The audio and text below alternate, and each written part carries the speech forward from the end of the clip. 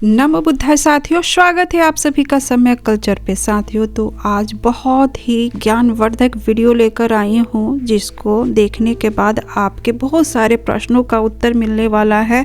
तो प्लीज़ इस वीडियो को अंतिम समय तक जरूर देखिएगा। चलिए, आगे बढ़ने से पहले आप चैनल पर नए हैं तो चैनल को सब्सक्राइब जरूर कीजिए, साथ ही साथ बेल आइकन बटन को प्रेस कीजिए, जिससे आने वाले वीडियो का नोटिफिकेशन सबसे पहले आप तक पहुंचेगा। और वीडियो को लाइक शेयर जरूर कर दीजिए। चलिए आगे बढ़ते हैं, लेट्स गो।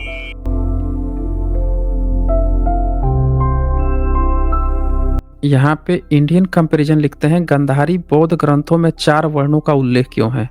देखिए, गंधार के जो बौद्ध ग्रंथ हैं उसमें 4 वर्ण आपके वर्ण नहीं है ना। चक्कर तो यही है, गुणवाचक शब्दों का प्रयोग कर रहे हैं। वहां पे जब आप जिसको ब्राह्मण समझेंगे वो आपका ब्राह्मण थोड़े ही है, उपमन है ना। उसका जो है वो समथ में विपश्यना में पारंगत है, उसको वो बोलते हैं। भिक्खु को वो बमन बोल रहे हैं ना। वहां पे जो बुद्धिस्ट लोग हैं, शमण लोग हैं, उसको बोलेगा। जो राजा है उसको खतीय बोलेगा। ये उनके हैं, आपके नहीं है। कि आपका जो बैठ के ब्राह्मण जो है उसको ब्रह्मा ने पैदा कर दिया मुंह से, और बैठ के जो है वो यज्ञ हवन करेगा, वो यही काम कर। नहीं, बुद्ध में जो ये आप 4 वर्ण बोल रहे हैं उनका फ्लेक्सिबल है। वो एक सिंबल है, गुणवाचक शब्द है, जबकि आपके यहाँ गुणवाचक नहीं है, आपके यहाँ जातिवाचक है। इनके यहाँ गुणवाचक है, कोई भी बन जाएगा।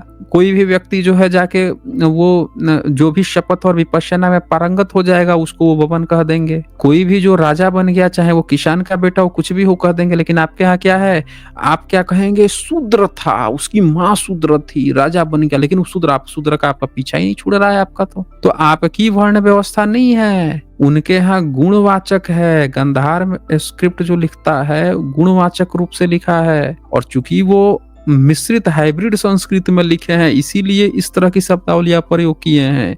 ध्यान से पढ़िए उसको। अच्छा, आर.एस. वर्मा जी आए हैं, इनको मैं ऐड करता हूँ। हाँ जी, आर.एस. वर्मा जी बताएं क्या कहना चाहते हैं। जय भीम सर। हाँ, जय भीम जी, बताइए। काफी दिनों से चर्चा करने की आपकी इच्छा हो रही थी आपसे। एक सवाल बोलिए। एक सवाल मन में पैदा हुआ कि भारत का नाम इंडिया भारत क्यों रखा गया, मगध क्यों नहीं रखा गया। मेरे पास उसका लॉजिक है। जी। भारत का नाम मगध होना चाहिए था। ये अंग्रेजों ने ये क्यों ऐसा किया, कैसे किया। हालांकि 18वीं शताब्दी में अंग्रेज इंडिया कहने लगे थे। जब संविधान बना तो उसी को इंडिया को भारत कर दिया गया। मेरा ये मानना है कि जो मगध की शुरुआत चंद्रगुप्त से होती है, मौर्य साम्राज्य से 322 ईसा पूर्व से करीब 24 साल तक तो चंद्रगुप्त का शासन रहा, और उन्होंने विस्तार किया आपका गंधार, पाकिस्तान, हेरात, बलूचिस्तान। और वो जो सिकंदर ने कब्जा कर रखा था उसको छीना। तो मगध का विस्तार उन्होंने पश्चिमोत्तर भारत तक ले गए। उसके बाद उनके लड़के आते हैं बिंदुसार का करीब 25 साल ये भी शासन करते हैं। तो जो आपका दक्षिण भारत था वो दक्षिण भारत को मगध में मिलाते हैं। बिंदुसार दक्षिण भारत को मगध में मिलाते हैं। उसमें 2 स्टेट छूट जाती है, कलिंग और आपका केरल का चोल साम्राज्य। ये 2 चीजें छूट जाती है। इसके बाद अशोक आते हैं। अशोक ने 41 साल शासन किया, और अशोक ने कलिंग को, जो बिंदुसार से छूट जाता है, कलिंग को उन्होंने जो है मगध में मिलाया।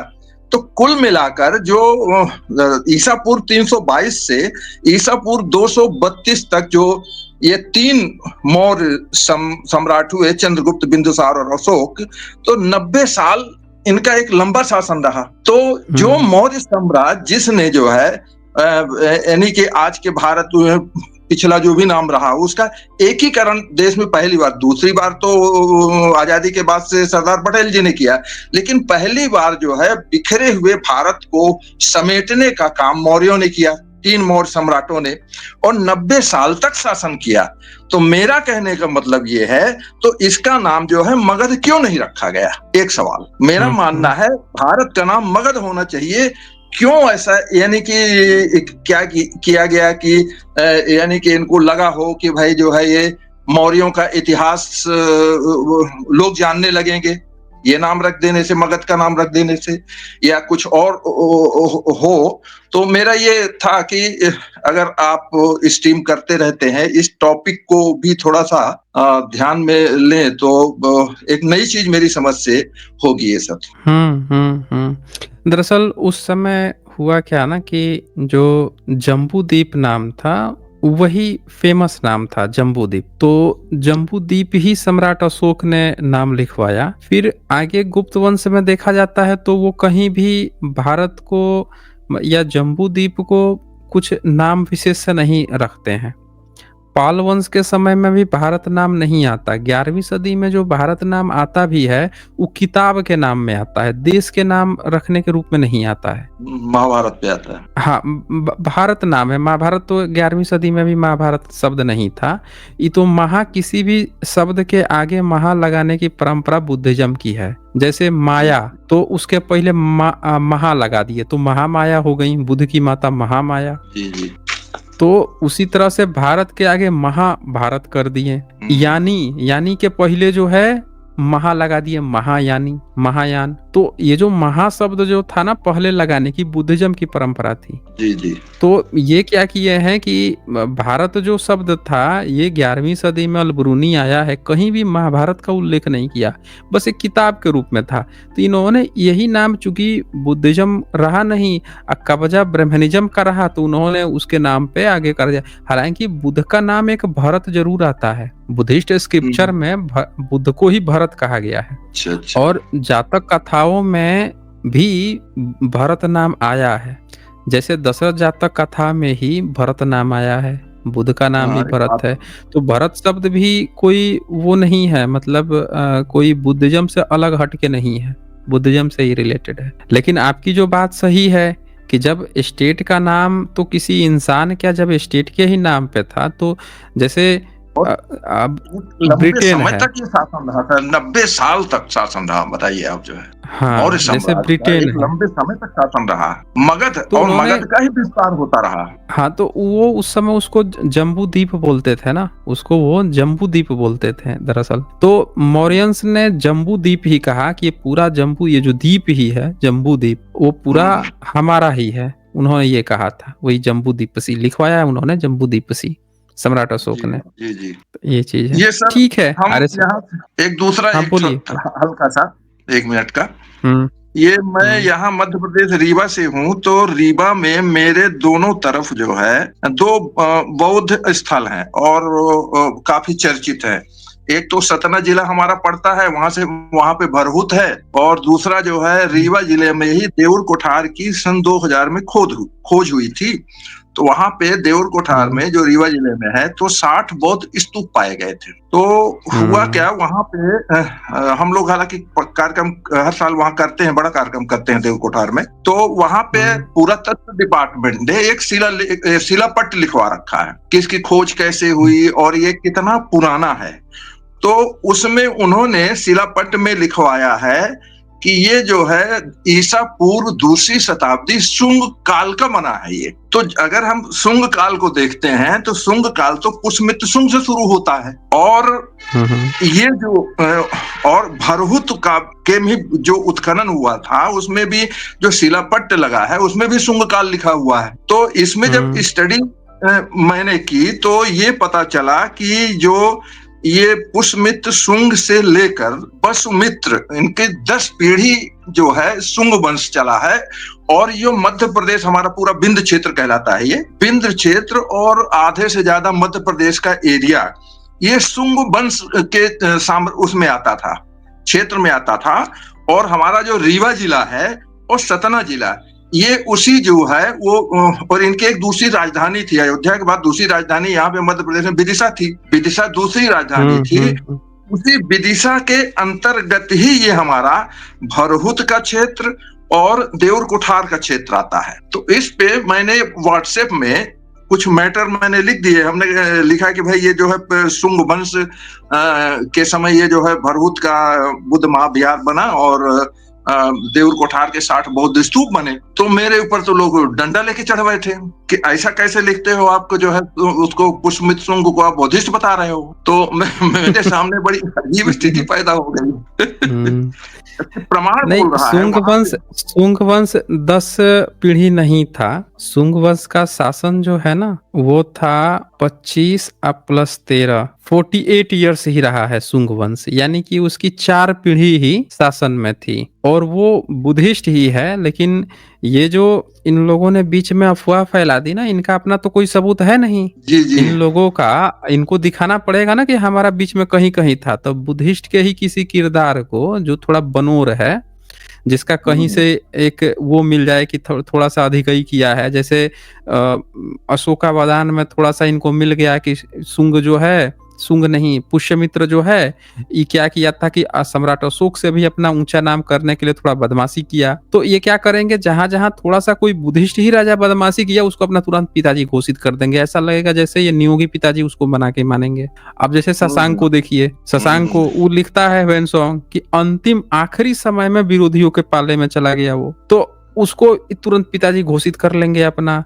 विक्रमादित्य को पिताजी घोषित कर लेंगे, वो भी बुद्धिस्ट था, उसके पहले भी उसके बाद भी वो थोड़ा सा बदमाशी किया था। तो और इसी तरह से मिहिरकुल को भी, उसके भाई उसकी पत्नी तक बुद्धिस्ट थी लेकिन थोड़ा बदमाश निकला वो। तो इन लोगों का यही आदत है, लेकिन वो सब थे बुद्धिस्ट ही। उनका इनके वैदिक वैदिक से एक बात क्लियर सी बात है, गुप्त वंश को इन्होंने हिंदू राजा घोषित किया, गुप्त वंश को स्वर्णिम काल भी घोषित कर दिया।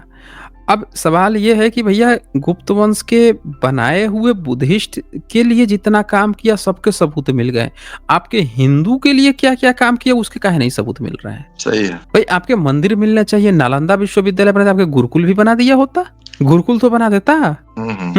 गुरुकुल नहीं बनाया, मंदिर इनके लिए एक भी नहीं बनवाया, सारे के सारे सबूत जो है बुद्धिस्ट के हैं। और जिसको ये मंदिर बनाने की भी पीछे पड़े हुए सब बुद्धिस्ट के हैं। उसने कैप्स बनाई या जितनी भी आर्किटेक्ट बनाई, जितनी भी चीजें बनाई, वेनसोंग लिख के गया, सब बुद्धिज्म के फेवर में है। वो खुद मेडिटेशन के पोज में अपनी मूर्ति बना के जा रहा है, इनके वैदिक ऋषि की तरह भी बन के नहीं जा रहा है। तो इन लोगों की कहानी क्या है, झूठा इतिहास पकड़ा दो। अब सोचिए रामायण महाभारत पकड़ा दिया, इतिहास के नाम पे इनको पुष्यमित्र शुंग पकड़ा दिया, बैठ के पुष्यमित्र शुंग का ही झुनझुना बजाते रहते हैं और वो एकदम मस्त से आराम से खुश है कि देखो अपने इतिहास में हमको कितना आसानी से फिट कर दिए। बताइए। और बहुजन जो विद्वान है वो सब प्रचार में लगे रहते हैं इनके। तो बहुजन विद्वान का मैं इसीलिए तो कहता हूँ कि अपना अगर रिसर्च हम नहीं करेंगे तो उन्हीं के रिसर्च को अब वो कह देगा कि देखो ये जो मूर्ति है ये है महिषासुर की और दुर्गा की है। दुर्गा जो है 9 दिन रही थी, 10वां दिन हत्या कर दी थी, अब सब लोग लेके उसके ताली पीट रहे हैं सब लोग उसको। बताइए। जबकि वो मूर्ति वज्रयान तंत्रयान की है, वो मूर्ति जो है वज्रयान। ये व्याख्या देखिए कैसे कर दिया। वो कुछ लोग जो है कह रहे हैं कि महिषासुर हमारा वो है पुरखा है और वो दुर्गा को कोई वो बना दिया, जबकि वो तो तारा देवी का रूप है। तो ये बड़ी कहानियां है ना इन लोगों की, वो फंसा देता, इन्हीं की कहानी पकड़ के उसी को गलत व्याख्या करके और इन्हीं से विलेन बनवा देता है अपने ही महापुरुष का। अब बैठ के ताली पीटता है, ये लोग जो है वाहवाही करते हैं। ये सर शुंग वंश का हमको 10 पीढ़ी का मिला था, कहीं किसी किताब में हमने देखा था उसमें। चलिए ठीक है, मैं करेक्ट कर लूंगा जैसा भी कुछ होगा। तो ये हाँ बोलिए। जी। तो ये क्या है कि हमारा इसमें जो यहाँ पे देउर कोठार में जो पुरातत्व ने शिलापट लगवाया, तो उसमें जो है उसने शुंग काल लगवाया था। शुंग काल तो पुष्यमित्र शुंग से शुरू होता है, स्टार्ट ही शुंग काल वहीं से शुरू होता है। और वहां पे जो खुदाई हुई थी तो एक जो है वो स्तंभ, टूटा हुआ स्तंभ मिला था, वो यहाँ पे संग्रहालय में, रीवा के संग्रहालय में है। तो उसमें पाली भाषा में 6 लाइनों में पाली भाषा में लिखा हुआ था दानदाताओं के नाम, जिन लोगों ने स्तूप बनाने में दान दिए थे, तो वो पाली भाषा में लिखा हुआ था। और जब हम बोलगा से गंगा को पढ़ते हैं तो उसमें लिखवाते हैं वो, आप कहते हैं केदारनाथ पांडे, कि वो जो है पुष्यमित्र शुंग संस्कृत भाषा में वो रामायण लिखवा रहा है वाल्मीकि से। ये बड़ी अजीब बात। अच्छा, पुष्यमित्र शुंग संस्कृत में लिखवा रहा है वाल्मीकि से, और पुष्यमित्र शुंग की तीसरी चौथी पीढ़ी जो है, पुष्यमित्र शुंग की, शुंग जिसको कह रहे हैं, उसकी तीसरी चौथी पीढ़ी जो है वो खुद पाली पाकित में अभिलेख लिखवाई है। पाली अभिलेख पाकित है। लिखवाई है, हाँ, अब अभिलेख मैं लिखवाई है। उसका उसका इंस्क्रिप्शन लिखा हुआ है। सोचिए, शुंग तक संस्कृत नहीं था, उसके नहीं था, बच्चे नहीं जो था। हैं संस्कृत नहीं जानते थे, विशुद्ध रूप से पाली पाकित में लिखवाते थे। इंस्क्रिप्शन भी खोल देता हूँ, सब लोग देखें ही है, एक नजर और मार लेंगे। और ये पता नहीं कैसे इतिहासकार, वही तो बोल रहा हूँ ना कि जब बहुजन समाज सो रहा था तब ये बैठ के ये सब यही गपोड़ गाथा इतिहास में लिख रहे थे। बताइए, वहां पे शुंग भी नहीं लिखा है, सुगन राजे लिखा हुआ है। बोलिए। हाँ, वो जो शिलालेख मिला है म्यूजियम में है, कलकत्ता हम्म। के म्यूजियम में, सुगन राजे लिखा है उसमें। ये देखिए क्या लिखते हैं, Bharhut Buddhist pillar inscription of the time of the सुगना सुंगाज। सुंग लिख दिया इन्होंने, आ सुंग में SUNGAS लिखा। अब ये लैंग्वेज क्या है इसका, तो ये दिखा देता हूँ किस लैंग्वेज में है। नीचे लैंग्वेज देखिए, प्राकृत लैंग्वेज है। हम्म। और फर्स्ट सेकेंड हाफ से फर्स्ट सेंचुरी है, और नीचे लिखा है शुगन, यहाँ सुगन है, और नीचे देखिए टेक्स्ट संस्कृताइज करके शुंगा नाम लिख दिए, हो गया, शुंग बन गया। मतलब वो हम्म। पाल उसको संस्कृत नहीं आती, जिसके बेटे के बेटे जो हैं राज में पाली पाकित में लिखवा रहे हैं, आई कल्पना लोग कर लिए हैं कि शुंग जो है बैठ के वो लिखवाता था, वाल्मीकि रामायण वाल्मीकि से बैठ के लिखवा रहा था संस्कृत में। सोचिए। जी, जी। और एक और गजब की बात, उसमें तोप की चर्चा कर रहा है वाल्मीकि। हुँ। वाल्मीकि जो है तोप की चर्चा कर रहा है, मतलब पुष्यमित्र शुंग के दरबार में बैठ गया, तोप के बारे में लिख रहा था। क्या गजब की 15वीं कहानी लोग शताब्दी में बोल रहे बालकांड में ढूँढ के। हैं। बाल ही कांड में सोचिए। हाँ, हाँ, शकों की, जबकि कम्बोजों की सर चर्चा कर रहा है।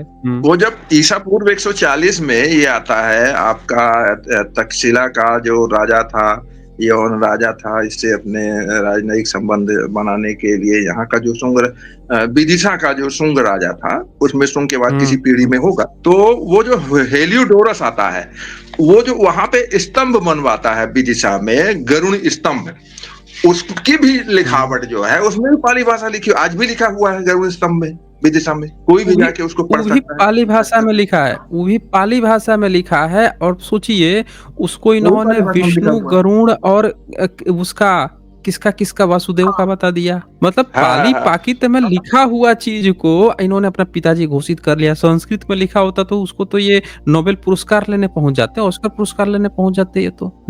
जी, जी।